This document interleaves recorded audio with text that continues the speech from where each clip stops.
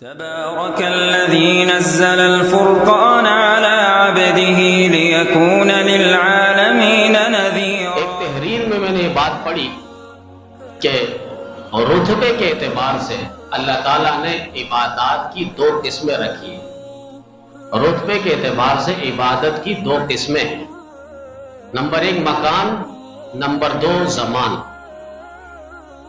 اب مکان کی وجہ سے یعنی جگہ بدلنے کی وجہ سے عبادات کے درجات بھی بلند ہو جاتے ہیں، یعنی اس کے اندر فرق آتا ہے۔ مثلا ایک نماز ہے، میں گھر پہ پڑھوں، اکیلے پڑھوں، اس کا ثواب الگ ہے، لیکن وہ نماز ہے میں مسجد میں آ کے پڑھوں تو 25 درجہ اس کا ثواب زیادہ ہے۔ پھر وہی نماز اگر ہم جامع مسجد میں پڑھیں تو 500 درجات اور ثواب اس کا بلند ہو جاتا ہے۔ پھر وہی نماز اگر ہم مسجد اقصی میں پڑھتے ہیں یا مسجد نبوی میں پڑھتے ہیں تو وہ ایک نماز پڑھنے پر 50,000 کا ثواب ملتا ہے۔ پھر وہی نماز اگر ہم بیت اللہ شریف میں حرم پاک میں نماز پڑھتے ہیں تو اس کا ثواب 1,00,000 کے قریب۔ اب آپ دیکھیں نماز ایک ہی ہے، لیکن مکان اور جگہ بدلنے کی وجہ سے اس کے عبادات کے رتبے کے اندر، مرتبے کے اندر، شان اور عظمت کے اندر، نیکی اور درجات کے اندر فرق آ رہا ہے۔ یہ ایک ہے مکان۔ دوسرا ہے زمان۔ زمانے کے بدلنے کی وجہ سے عبادات میں بھی فرق آتا ہے، اس کے درجات میں، اس کے رتبے اور مرتبے میں فرق آتا ہے۔ مثلا کوئی نفل روزہ رکھتا ہے، عام دنوں میں روزہ رکھتا ہے، اس کا الگ ثواب ہے، لیکن وہی روزہ اگر عاشورے کا 10 محرم الحرام میں اگر ہم رکھتے ہیں تو وہ مسنون عمل ہے، سنت عمل ہے، اور سنت نفل سے بدرجہ اولا افضل ہوتا ہے، تو اب اس کا ثواب زیادہ ہو جائے گا۔ عام نفل میں روزے میں الگ ہے، لیکن عاشورے کا روزہ اس کا الگ درجہ اور بلند درجہ ہے۔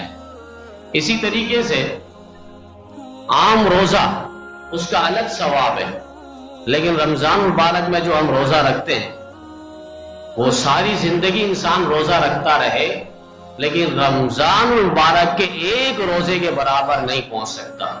یہاں تک فرمایا جو رمضان کا ایک روزہ چھوڑ دیتا ہے، حدیث پاک کا مفہوم ہے وہ ساری زندگی عمر بھر وہ روزہ رکھتا رہے، لیکن رمضان کے اس ایک روزے کے برکات اور فضیلت اور شان اور مقام تک وہ نہیں پہنچ سکتا۔ اب آپ دیکھیں زمانے کے بدلنے سے عبادات کے رتبے میں فرق آتا ہے۔ عام حالات میں آپ نفل نماز پڑھیں گے، اس کا الگ درجہ ہے، ثواب ہے، لیکن وہی نفل نماز تہجد کی نماز ہو جائے اس کا الگ مقام اور مرتبہ ہے۔ حدیث پاک کے اندر یہاں تک فرمایا افضل الصلاۃ بعد الفریضہ، فرائض نماز کے بعد سب سے اہم افضل نماز جو ہے وہ تہجد کی نماز ہے، اور نبی علیہ السلام اس کی پابندی کیا کرتے تھے۔ یا ایھا المزمل قم اللیل الا قلیلا، نبی علیہ السلام تہجد کی نماز پڑھا کرتے تھے، اور اکثر بیشتر یہ سوال ہوتا ہے تہجد کی نماز کتنی رکعت ہے، تو اس کو بھی بخاری شریف نے حدیث نقل کی ہے امام بخاری رحمۃ اللہ علیہ نے، اور بتلایا کہ 11 رکعتیں نبی علیہ السلام پڑھا کرتے تھے، یعنی 8 رکعت تہجد کی نماز ہے اور 3 رکعت جو وتر کی نماز ہے۔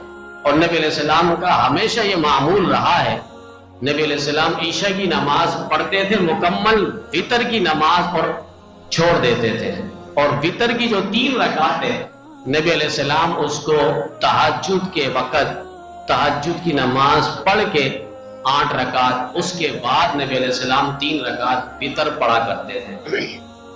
اور نبی علیہ السلام کی واضح حدیث امام بخاری نے بھی ذکر فرمایا، اور انہوں نے باب بانا باقاعدہ کہ نبی علیہ السلام نے فرمایا اپنی آخری نماز وتر کی نماز بناؤ۔